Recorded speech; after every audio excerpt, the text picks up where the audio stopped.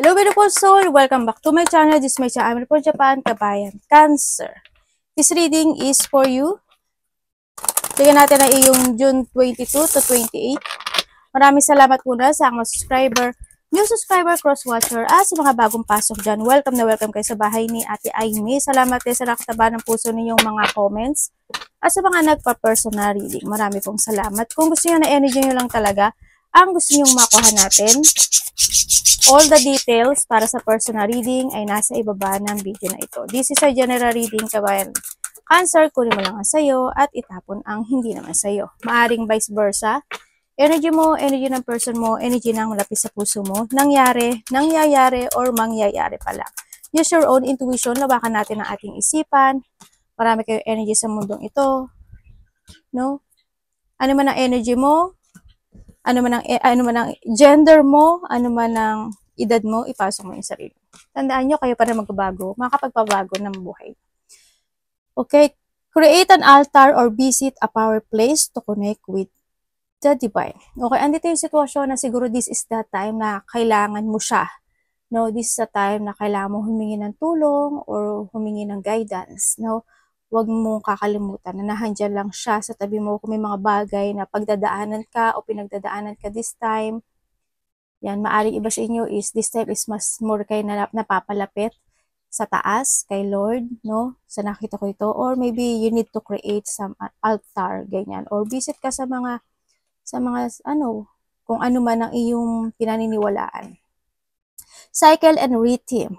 Honor the cycle of your body, energy level, and emotion. Ito yung sitwasyon na you need mong mas more mag-trust sa intuition mo, no?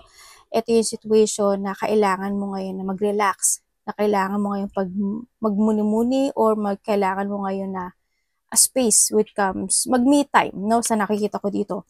And then, ibalik mo rin yung energy level mo this time sa nakikita ko dito. Kumbaga, honor the cycle of your body this time. Kumbaga, mas more ka connect sa taas, mas more ka connect sa sarili mo, mas more ka mag-trust sa intuition mo this time and listen to your inner voice. Yun din ang nakikita ko dito. No? Pero, syempre, kasi sa nakita ko dito, medyo may pinagdadaanan yung iba. Or may mga pagdadaanan kayo, no? Yan. Nandyan lang naman daw siya sa inyong paligid. Meron tayong 20, 24, 26, 28, 29. Aba, paano pa? Pare, sabay-sabay. Ano ito?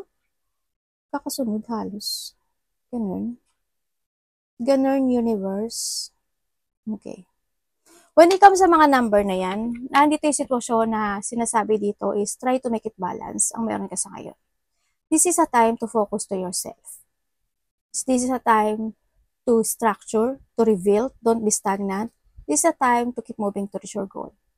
Take it action to accomplish something into your life. Be independent, and syempre, be contented, and kumbaga, fulfill your dreams, accomplish something into your life. You know, may mga bagay na ganun gawin. Okay, let's come dito, meron tayong Libra, Gemini, Pisces. Okay, sa nakikita ko sa iba sa inyo, may mga maring there's a man or a woman, chika dito sa isa sa inyo, maring may mga questioning, quarrel, o may mga pinag-iisipan from a past situation, no, sa iba sa inyo. Maaring related ito sa mga career or job or work or also to a relationship, no, sa iba sa inyo. May mga bagay na pinag-iisipan ka sa nakikita ko dito, maaring a past situation or related na tulad ng mga sinabi ko kanina, na hanggang ngayon inahata ka pa rin. Yung iba sa inyo is maaring kayo is in a networking, maaring you're in a public place, no, maaring TikTok, government, artists, Reels, YouTube, Facebook man yan, kung anumang networking o social media na meron kayo. O kaya kayo are a person na sa maraming tao, kasi maraming tao ko nakikita. Siguro, alam ba, mga guro, di ba, teacher, doctor, di ba, maraming tao yan. O kaya nasa factory kayo, maraming tao. Basta may maraming tao ko nakikita. Maaring you are a place na maraming tao or handun ka sa sitwasyon mo na may mga pupuntahan ka na maraming tao. No, sa nakita ko dito. May tao o may mga tao na magbibigay ng pagmamahal sa iyo. Or handito yung may mga tao na nasusuportahan ka nila. No, may mga tao na sa iba siguro sa inyo is ano yung sitwasyon na may mga bagay na dapat pag-isipan, may mga bagay na dapat aralin, may mga bagay na dapat alamin, may mga bagay na dapat matutunan, no? Sa nakikita ko dito sa inyo. And then sinasabi rin dito na iba sa inyo is mahilig magkape. Pero it's okay lang naman, no? Drink moderately. Yun ang nakikita ko dito. Tingnan natin ang energy mo. May mga bagay na magkakaroon ng delay sa iba sa inyo. Siguro, may mga challenge siguro na dumarating sa in life na kailangang pag-isipan o pag-aralan o need to learn from the past, or may mga bagay na kailangan mo na magkaroon ka ng limitation or boundaries din, o limit yourself, or maglagay ka ng boundary mo, no? Sa lahat ng aspeto, ano ba, nagsasalita ka, limitahan mo, mag-boundary ka, wag ka mag-over the back, mga ganung sitwasyon, no? Kaya handun yung boundaries at limitation. Siyempre, discipline, commit, and tandaan mo, be an authority, right? Tama ba ako sa English ko? Kayo na kumbaga, you are the authority of your life. Ibig sabihin, lahat ng pagpapasyahan mo, lahat ng desisyonan mo, lahat ng magiging action mo, it's your responsibility. Kaya, ang nakikita ko dito, kailangan mong pag-isipang maigi ang lahat ng gagawin mo sa buhay mo. Sa amang aspeto ng buhay mo yan.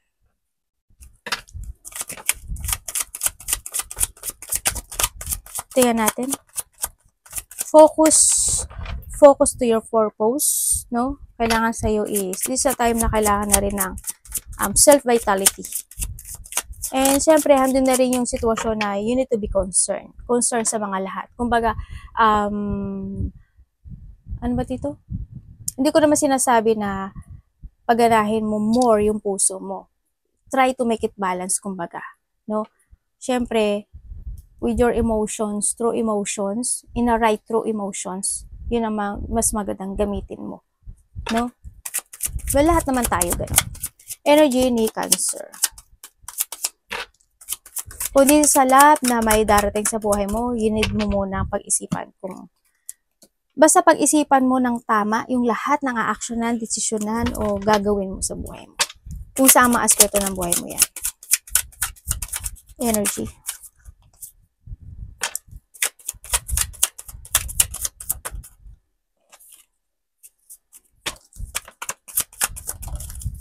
Okay. Okay, nandito ka sa sitwasyon mo na ang energy mo, nagpapakatatag ka, nagpapakatibay ka, kahit na may nararamdaman kang hindi maganda in life o may mga pinagdadaanan ka, no? Sa nakikita ko dito. Ang energy mo rin, siguro in the past, no, maaring nagkaroon ng mga a conflict o hindi pagkakaintindihan, na misalignment ka, kumbaga, no? May mga bagay na hindi naging good, unhappy, may mga bagay na unfulfilled, may mga bagay na nagkaroon ng kawalan ng kasiyahan, no? Pero pilit mong nilalabanan at pilit kang nagpapakatatag this time. Yun ang nakikita ko sa iyo, energy. Kahit na may nararamdaman kang lungkot, kahit na may nararamdaman kang dismaya, kahit may mga naganap in the past, andun pa rin yung confidence mo or katatagan in life, no? Sa nakikita ko sa iyo dito. Kasi in the past, maaaring nagkaroon ng for motivation, no? Nagkaroon ng mga lack of teamwork, lack of collaboration, may mga nagtaas ng ego, nagkaroon ng mga disagreement, o nagkaroon ng mga competition situation, no? Or hindi yung sitwasyon na misalignment ka nga. Mga bagay na hindi nagkaroon ng kasiyahan, unhappy, nag-shattered yung dreams, or nagkaroon ng mga either pagtatalo, no? Nagkaroon ng mga sadness, nagkaroon ng as in gulo, or hindi ko alam kung in what way, pero na hindi nagkaintindihan o hindi naging masaya.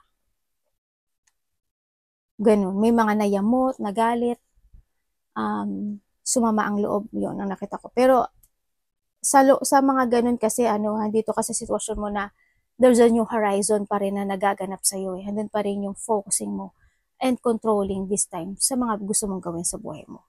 No? Sa pera mo, sa stability mo, sa sarili mo, yung mga handun ka pa rin, nakafocus ka pa rin. Pilit kang nagpapakatibay, kumbaga. Tingnan natin ang parating sa'yo.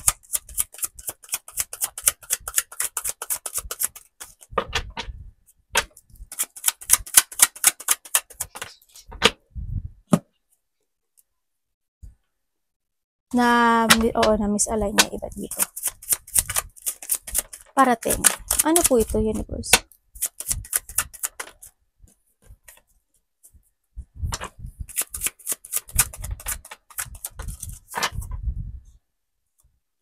Ano po ito?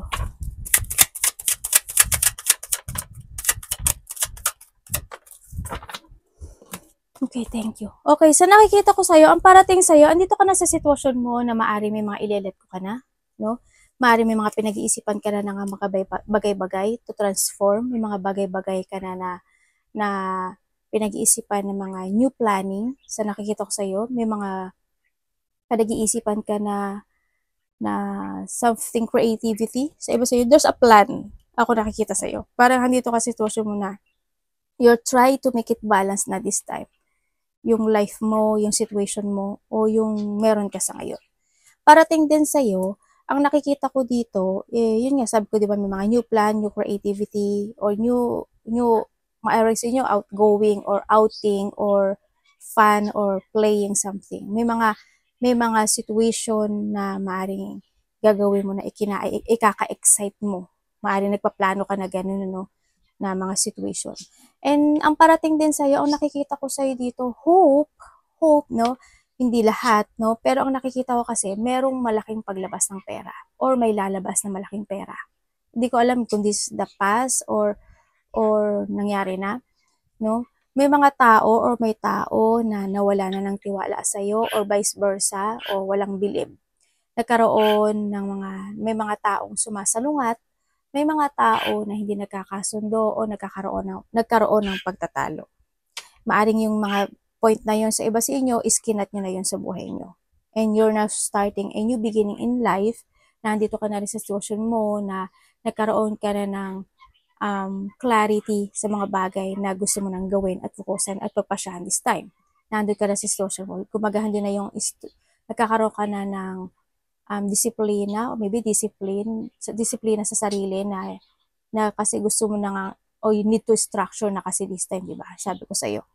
Yun na nakita ko sa. Meron daw din tao dito na makikipag-usap sa iyo, no? Sa iba sa inyo, maaring mas nakakabata sa iyo or mas nakakatanda sa iyo. Yun na nakikita ko. May isa dito siguro lalaki na mas bata sa iyo ka. Hindi ko alam ano yung edad pero maaring mas bata siya sa iyo or babae na mas may edad sa'yo. Yun ang nakikita ko dito. Maaaring makaka-receive ka sa kanya ng communication, advice, or support, no? Sa nakikita ko dito, or siya yung makakasama mo in a exciting situation happen. Or maaaring magkakaroon kayo ng pag-uusap when it comes to a planning situation, ganyan. May mga, either a project, ganyan, may mga desisyonan kayo na plano or decision making, mga ganong sitwasyon. Tingnan natin ang dapat iwasan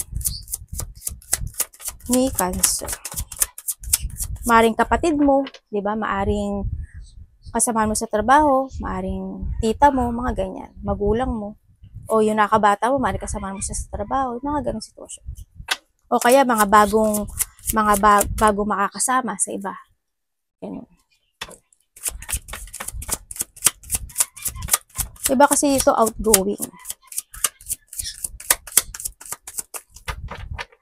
Outgoing, adventures, mga ganun.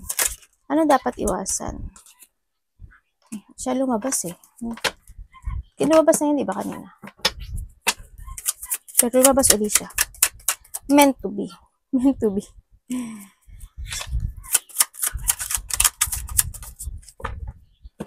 May ahas oh. Tapos nandito ka sa ano. Okay, ang dapat mo daw iwasan, Iwasan mo yung hindi mo ma-let go yung mga bagay na dapat nang i-let go. Kasi it's done, no? Iwasan mo rin na matukso ka. Kasi andito si ahas, no? Maiiwasan mo yung matukso ka sa mga bagay na alam mo yung ma-overwhelm ka sa situation na akala mo good pero mali pala yung magiging decision mo. Iwasan mo yun. You need mong mag-trust sa intuition mo. Huwag ka magpadalos-dalos at basta be patient, no? Para sa mga choices in life. Maging maingat ka rin sa mga decision making mo, sa mga action mo, sa mga salita mo, and then let go mo yung mga bagay na dapat i-let go. And syempre, handito rin yung sitwasyon na kasi andito din sa ahas. Kumbaga, shading the old version of you. Kumbaga, parang ahas yun eh. Ano ito? Balatan mo yung old version of you and start a new beginning in life, no? Sinasabi dito. And syempre, handito rin yung sitwasyon, don't be trapped. Iwasan mo matrap ka sa mga bagay o sitwasyon na naganap na o nangyari na o mangyayari pala. Iwasan mo, sabi ko nga diba, kasi pag nagmadali ka at hindi ka nag-isip ng maigi, kaya kasabi dito, pag-isipan, pag-aralan, alamin, i-research. Di ba may mga ganun ako sinabi? Kasi, pwede kang magkaroon ng mga bad decision o bad situation sa buhay mo. Kaya yun ang pinaka sinasabi kong ingatan mo. No? And then, syempre, sa nakikita ko dito, ingatan mo rin yung pera mo o yung sarili mo. No? Sa nakikita ko dito. Andito rin yung sitwasyon na there's a burden. Ako nakikita sa iba sa inyo, siguro may mga bagay na losing something valuable sa buhay mo. Hindi siguro lahat kayo, no? Pero may nakita akong ganun. Mag-ingat na lang kayo. Maari may mga mahuhulugan kayo ng mga mahalagang bagay, cellphone, alahas, o kaya kung ano man yan, mahulugan kayo o mawala o manakaw, no? Mag-ingat na lang din kayo. Iba sa inyo, maari nagkakaroon pa rin ng hardship o andit pala yung mga bagay na hindi nyo kayang ma-accept this time. Sa iba sa inyo, hindi naman lahat.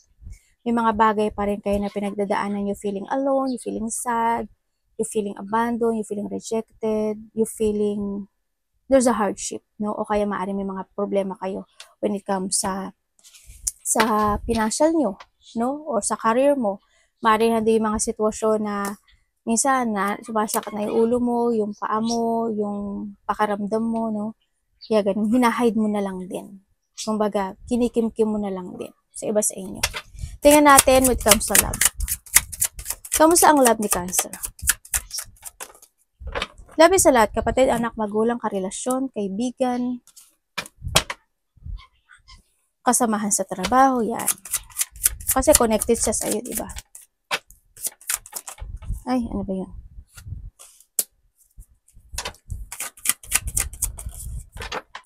Okay, when it comes sa love na ito, no?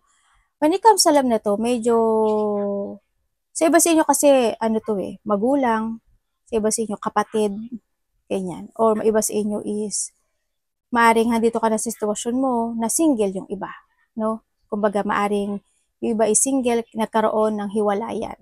Either kasal man kayo or boyfriend, girlfriend kayo. Nagkaroon ng hiwalayan and maaaring nagkaroon ng conflict at hindi pagkakaintindihan in this relationship. And then, ang nakita ko naman, mas nakikita ko na, siguro this time, mas good kung magbigay ka muna ng time sa sarili mo, mag-recharge ka muna, mag-meditate ka, mag-rejuvenate ka, take a breath, rest, mag-quick time ka, o mag-take a time, space sa sarili, no? This is a time. Kung nagkaroon naman ng mga ganong situation happen, no? Kumbaga, kailangan mo, don't be hang, no? Huwag ka magpahangmang, huwag ka maging hangman, huwag kang maghintay ng mga resulta o mga magaganap kung babalik or hindi yung situation. Siguro dito na rin, kasi nakikita ko ito, maaaring magtatapos siya, pero may darating na bago sa'yo. Magkakaroon ng bagong offering which comes sa love. So nakikita ko dito, sa iba naman sa inyo is babalik ang nakaraan. No? And then, kung kayo sa kahiwalay ito, yun nga, magkakaroon ng connection, or kung single talaga kayo this time, is may darating na bagong tao. dito. Pero mag-ingat ka pa rin, no? Mag-trust ka pa rin sa intuition mo. So, iba naman sa inyo, kung kayo is in relationship, sa nakita ko dito, oo, hindi naman maaalis na hindi kayo mag-away. Siyempre, may mga bagay na hindi talaga kayo mapagkakasunduan. Pero, handun lang din yung situation na you want peace lang din talaga. Kaya nakikita ko na kahit medyo napipressure ka in this relationship, kahit na mga bagay na hindi mo masabi yung gusto mo sa kanya, may mga bagay na bawal o may mga kalakaran na nagaganap o nangyari o nagiging overkindness ka lang or vice versa sa kanya, mas kumbaga hindi yung pag-iintindi, iniintindi mo na lang siya kasi baka pagod siya, baka ganito, baka ganyan. Alam mo yun, parang ikaw yung nag-a-adjust or vice versa, siya ang nag-a-adjust sa'yo. Yun ang nakikita ko sa mga magkakarelasyon na. Sa iba dito kasi single kayo at maaaring nagkaroon na ng hiwalayan. Tingnan natin ang iyong money.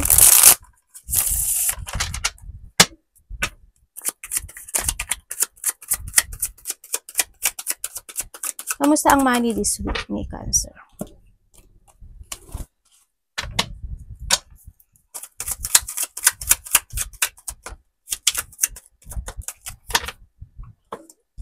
Okay, when it comes sa money mo, hindi ka stable. So, nakikita ko dito, no? Maaring yung money mo lumalabas.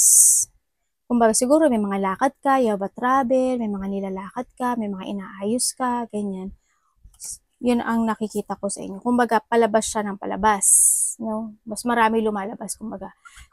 Maaring hope, di ba? Hope na meron kayong trabaho. Hope na meron kayong ipon. Maaring mga ipon niya rin, inilalabas niyo na rin. Kung it comes sa success, medyo hindi siya nagiging success. No? Medyo need mo siguro maghigpit at huwag magpabaya when it comes sa money mo this time. So nakikita ko dito, medyo hindi ko kasi nakikita yung stability niya. No? Maaaring nagkakaroon mga financial dispute, ganyan. May mga nagkakaroon ng shortage when it comes sa money or lack of money. No? O iba pa, mga ganun sa nakikita ko dito. Kasi baka maraming lakad, travel, pagbabayad, mga aring ganun sa nakikita ko sa inyo. And siguro this is na the time to begin. Baka iba nga sa inyo, nagkakaroon kayo ng traveling. Kamusta naman yung work or job ni Cancer? Ingatan nyo na lang yung money nyo. Kung hindi nyo naman, kung may pera naman kayo at hindi nyo naman to energy, it's good. Good yan. Diba? At least hindi ko nakuha yung energy nyo. Pero sana hindi mangyari sa inyo to na ma-shortage kayo sa money. Pero kaya ngayon pa lang, pag-isipan nyo na maigi na mag-think advantage na kayo para hindi maganap ito. Diba? Yun lang ang pinaka the best na pagkontra sa magaganap. No? This a warning kasi. Mag-take advantage ka na magtipid ka na talaga para hindi na maganap yung mga dapat maganap.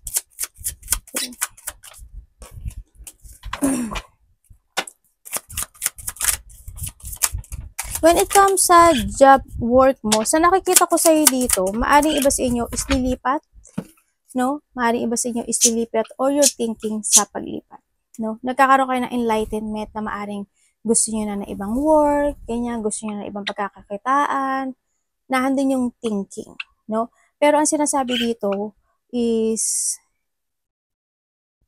may mga bagay na yung work mo daw ngayon o yung career mo, medyo parang, ang sinasabi kasi dito, planuhin mong maigi. No? Yung work mo ba ngayon, gusto mo ba talaga? Anak, huwag ka dyan sa mic ni mami. Hindi maririnig yung boses ni mami. Yung work mo ba talaga, okay ka na ba dyan? Gusto mo ba? Masaya ka pa ba? Yun. Kasi sa'yo daw to. Ang sinasabi dito. Pero sinasabi dito, if it's not working to you anymore, diba? Mag-start ka ng yung beginning sa buhay mo. O kaya naman, kung talagang you want to stay, may mga bagay na kailangan mong umpisahang muli. May mga bagay na kailangan mong i-reset. May mga bagay na kailangan mong mag-start ng new beginning muli. Yun na nakikita ko sa'yo dito. Iba dito, baka mag-let go or thinking for a letting go. No? Kasi nagkakaroon kayo ng option this time. Yun na nakikita ko sa iba sa inyo.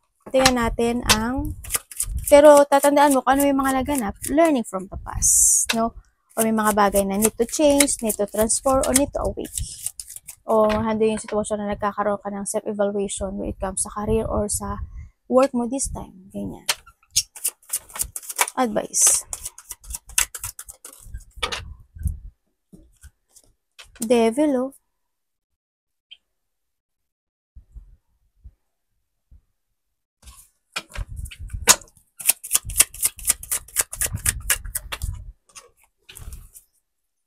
Okay, when it comes sa advice, try to make it balance. Forgiveness is needed. Meron ka pang 3 of swords. Oh. Alam mo ba na may tao dito na nag-iisip ng masama sa'yo? Sana masaktan ka, sana mabigo ka, sana ganito, sana ganyan, sana ganun. May nag-iisip sa'yo. Get lost, may mga ganyan sitwasyon. Okay, when it comes sa advice, hindi naman kayo lahat yan. When it comes sa advice, ang sinasabi ito, be independent, forgiveness is needed, try to make it balance lahat ng sitwasyon sa buhay. No? Ito na yung time na kailangan mo na magplano. This is a time to place your future in your hand. And don't wait, pero hindi naman yung sinasabi na magmadali ka. You need to be very careful sa lahat ng plano mo sa buhay mo. If there's a decision making na need to prepare, need to discover, gawin mo. May mga bagay na kinakailangang din na mag-take a pause for a while sometimes para hindi mabigla, no?